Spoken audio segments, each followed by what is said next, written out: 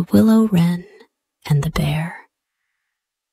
Once in summertime, the bear and the wolf were walking in the forest, and the bear heard a bird singing so beautifully that he said, "Brother Wolf, what bird is it that sings so well?" "That is the king of birds," said the wolf, "before whom we must bow down." In reality, the bird was the willow-wren.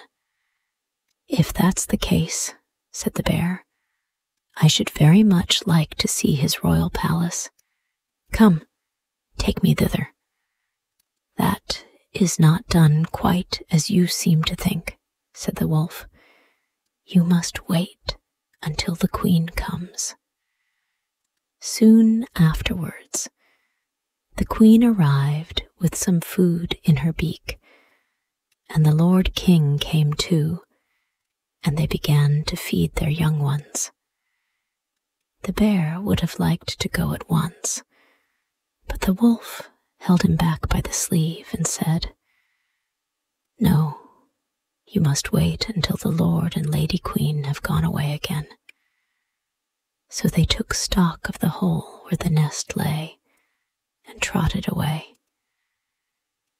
The bear, however, could not rest until he had seen the royal palace, and when a short time had passed, went to it again. The king and queen had just flown out, so he peeped in and saw 5 or 6 young ones lying there. "Is that the royal palace?" cried the bear. "It is a wretched palace, and you are not king's children. You are disreputable children." When the young wrens heard that, they were frightfully angry and screamed, "No, that we are not. Our parents are honest people. Bear, you will have to pay for that." The bear and the wolf grew uneasy and turned back and went into their holes. The young willow wrens, however, continued to cry and scream, and when their parents again brought food, they said, "We will not so much as touch one fly's leg. No, not if we were dying of hunger, until you have settled whether we are respectable children or not. The bear has been here and has insulted us." Then the old king said, "Be easy, he shall be punished."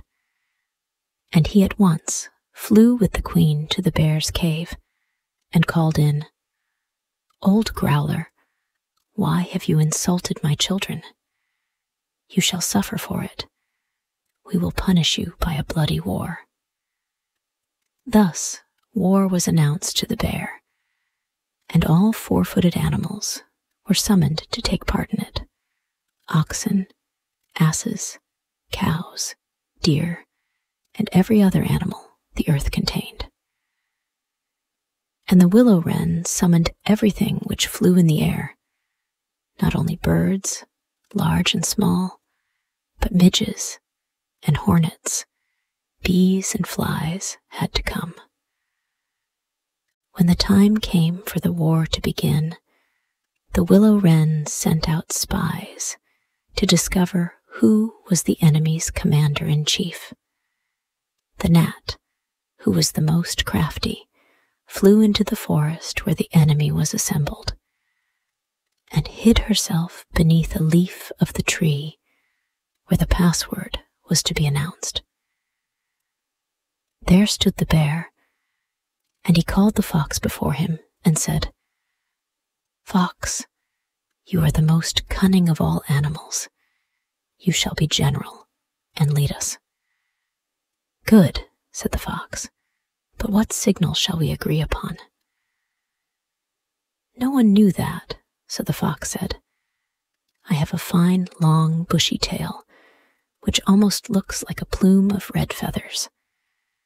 When I lift my tail up quite high, all is going well, and you must charge. But if I let it hang down, run away as fast as you can." When the gnat had heard that, she flew away again and revealed everything down to the minutest detail to the willow-wren. When day broke and the battle was to begin, all the four-footed animals came running up with such a noise that the earth trembled. The willow-wren with his army also came flying through the air with such a humming and whirring and swarming that everyone was uneasy and afraid, and on both sides they advanced against each other. But the willow-wren sent down the hornet with orders to settle beneath the fox's tail and sting with all his might.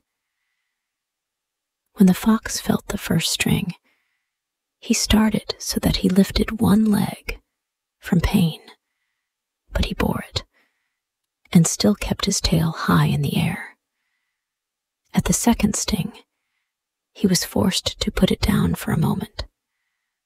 At the third, he could hold out no longer, screamed, and put his tail between his legs.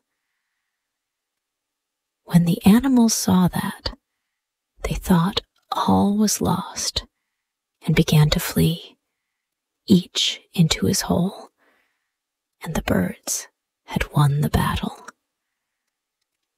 Then the king and queen flew home to their children and cried, "Children, rejoice, eat and drink to your heart's content. We have won the battle." But the young wrens said, "We will not eat yet. The bear must come to the nest and beg for pardon and say that we are honorable children before we will do that." Then the willow-wren flew to the bear's hole and cried, "Growler, you are to come to the nest to my children and beg their pardon, or else every rib of your body shall be broken." So the bear crept thither in the greatest fear and begged their pardon. And now at last the young wrens were satisfied and sat down together and ate and drank and made merry till quite late into the night.